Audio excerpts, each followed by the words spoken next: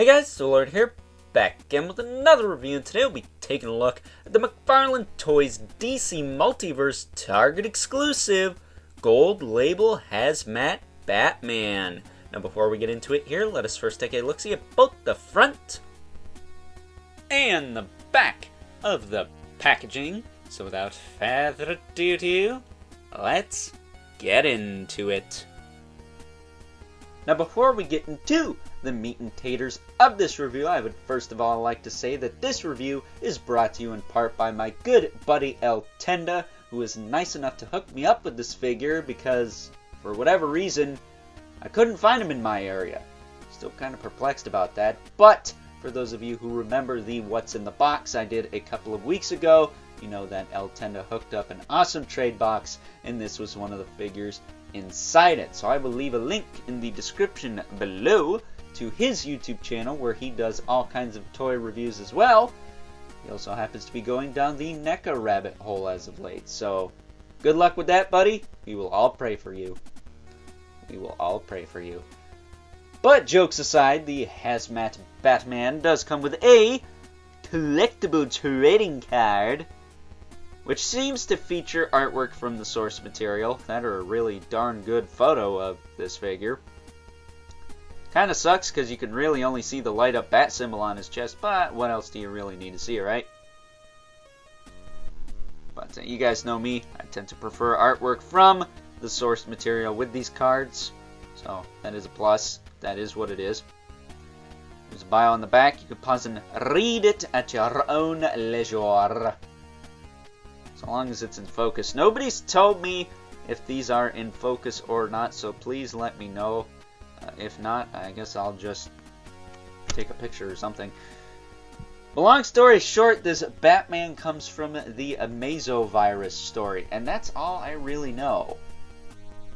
My guess is it's some kind of post-apocalyptic reality where Batman has to strap on this goofy-looking costume and try and disinfect people from the Amazovirus. Which we have no figures that have the Amazovirus, so I have no idea what that looks like.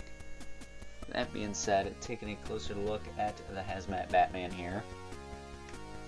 It does come with the standard McFarlane Toys hockey puck display stand as well. Which in this case is actually quite useful, because he is a standard size figure, and he has this big tank on his back, so he's a little back heavy at times, but I managed to get him to stand pretty easy, so he's one of the easier figures to stand, we'll say. But as far as articulation on this figure goes, his head will rotate, it will look up a little bit, it will look down a little bit. He does have this clear piece glued to the front, so be careful that you don't break that. I don't think it's really fragile, but, you know, word to the wise, don't break your toys. I am not responsible if you go breaking your shit, okay? Don't come crying to me. His shoulders go out to the side. They go back down. They rotate around. He's got that butterfly in there. That works pretty good. He's got a bicep swivel. Double joint at the elbow, which works okay. Not too bad as far as the Cliffs of Dover go. He doesn't really have that going on. It's just a little bit smooth, whereas, you know, when we bend our elbows, they don't tend to look like that. Yeah, he doesn't really have like giant trenches, but he does have like some smooth edges there that don't look great, but I'll take it over the Cliffs of Dover any day. As far as his hands go, he does have the hinged swivel wrists. His hands seem a bit small. I don't know if you can pop these out, but let me give it a try here.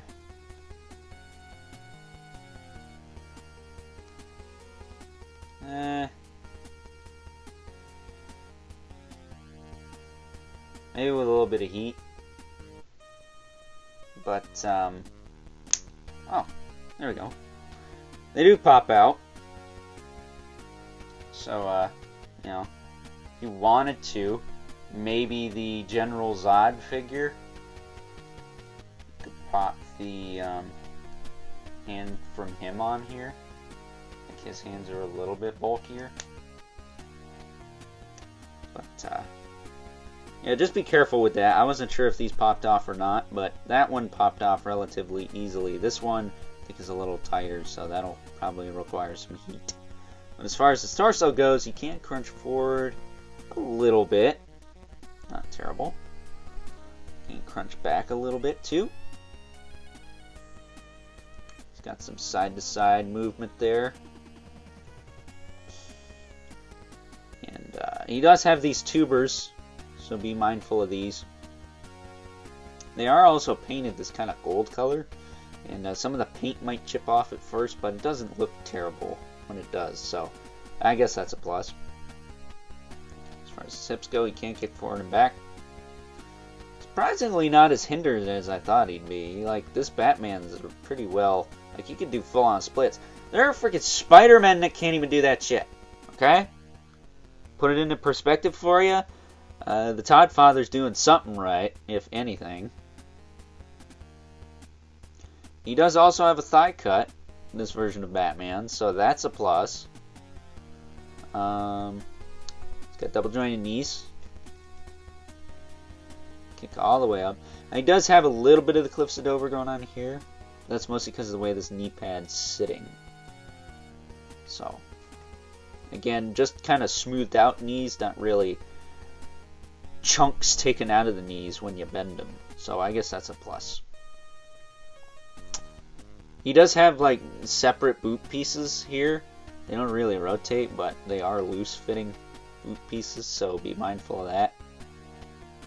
And he does have the ball hinge ankles with the rocker and the rotation and whatnot. And then he does have the toe hinge, which is kind of loose on both sides, so that's not ideal.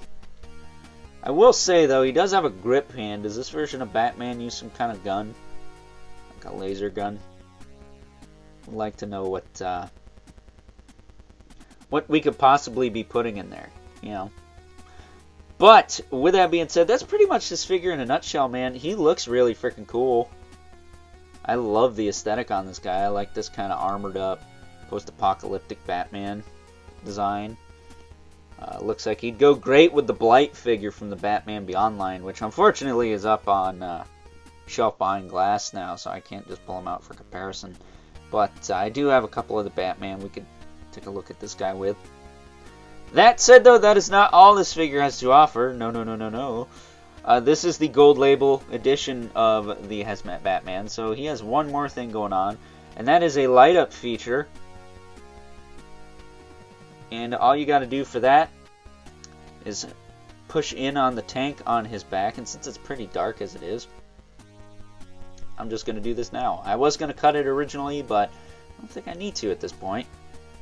You just push down on this tank, and nothing? What the hell? Uh-oh.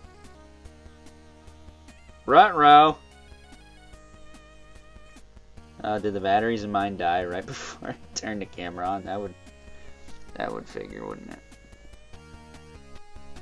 Oh, there we go. It's blinking, but I can't get it to stay. There.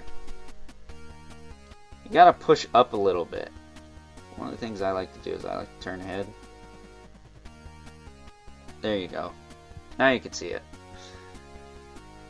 There we go. Crisis aborted. I thought the batteries died while I was filming this. That would have sucked. But there you go. There's Batman all lit up. I would have liked this to maybe fill this symbol a little better. But considering the fact that this is only 23 bucks, I'm pretty happy with this. And actually, through my camera here, it does seem to fill up the bat symbol pretty well, so hopefully that translates into the photo later. Or for the URL, I should say. But straightening his head out. See, that helps turn it off. But really cool, man. You know, for an added like $3, I do feel like this deserves the gold label. So I was a little bit annoyed that it wasn't working at first. I was like, what the hell's going on, man? That would have been, that would have sucked. Especially live on the air. But you know how we roll here. We tend to do things live. We do it live! But it is what it is, I suppose. With that being said, let's now move on and take a look at some size comparisons. First up, here's our Hazmat Batman next to a couple other figures of the Dark Knight we've gotten in the DC Multiverse line over the past year, the Rebirth Batman and the Endless Winter Batman. And to be honest with you, having all these wacky variants of Batman here makes me want to do a top 10 McFarlane Toys DC Multiverse Batman figures list. Let me know if that's something you guys want to see.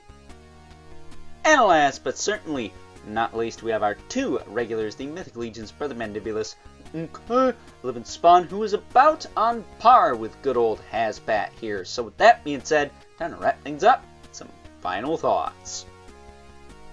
Overall, and of the two different Hazmat Batmen we've gotten in the McFarlane Toys DC Multiverse line, this one is by far the one to get. Not only because he has an added light up feature, which, not gonna lie, gives him some bonus points, but I also tend to prefer the colors on this gold label release as opposed to the standard release. Nothing against the standard release, I just prefer this one a little bit more. It also occurred to me that I neglected to mention that the standard release was a thing earlier, so my apologies for that, but hey, I never claimed to be perfect, did I? With that being said, you can still find this guy at your local Target, which, to my understanding, he's starting to go on clearance for $16, so that is one hell of a deal, if I do say so myself. Or if you can snag him on the Target website, I would highly suggest you do so before he sells out, because this is by far one of the most fun figures we've gotten in the McFarlane Toys DC Multiverse line to date. So with that being said, I hope you guys enjoyed this review. If you're so inclined, please don't forget to comment, like, subscribe, and hit the bell so you know whenever I upload more reviews like this one. While you're at it, feel free to check out my buddy Eltenda. Again, I will leave a link in the description below to his YouTube channel. Give him a sub, let him know Overlord sent ya. With that being said, if you haven't already, please hit me up on Instagram at Overlord Productions. But as always, keep the comments civil, because the world sucks enough as it is, especially when you come down with a case of the Amazo virus. Until next time, I'll catch you guys later.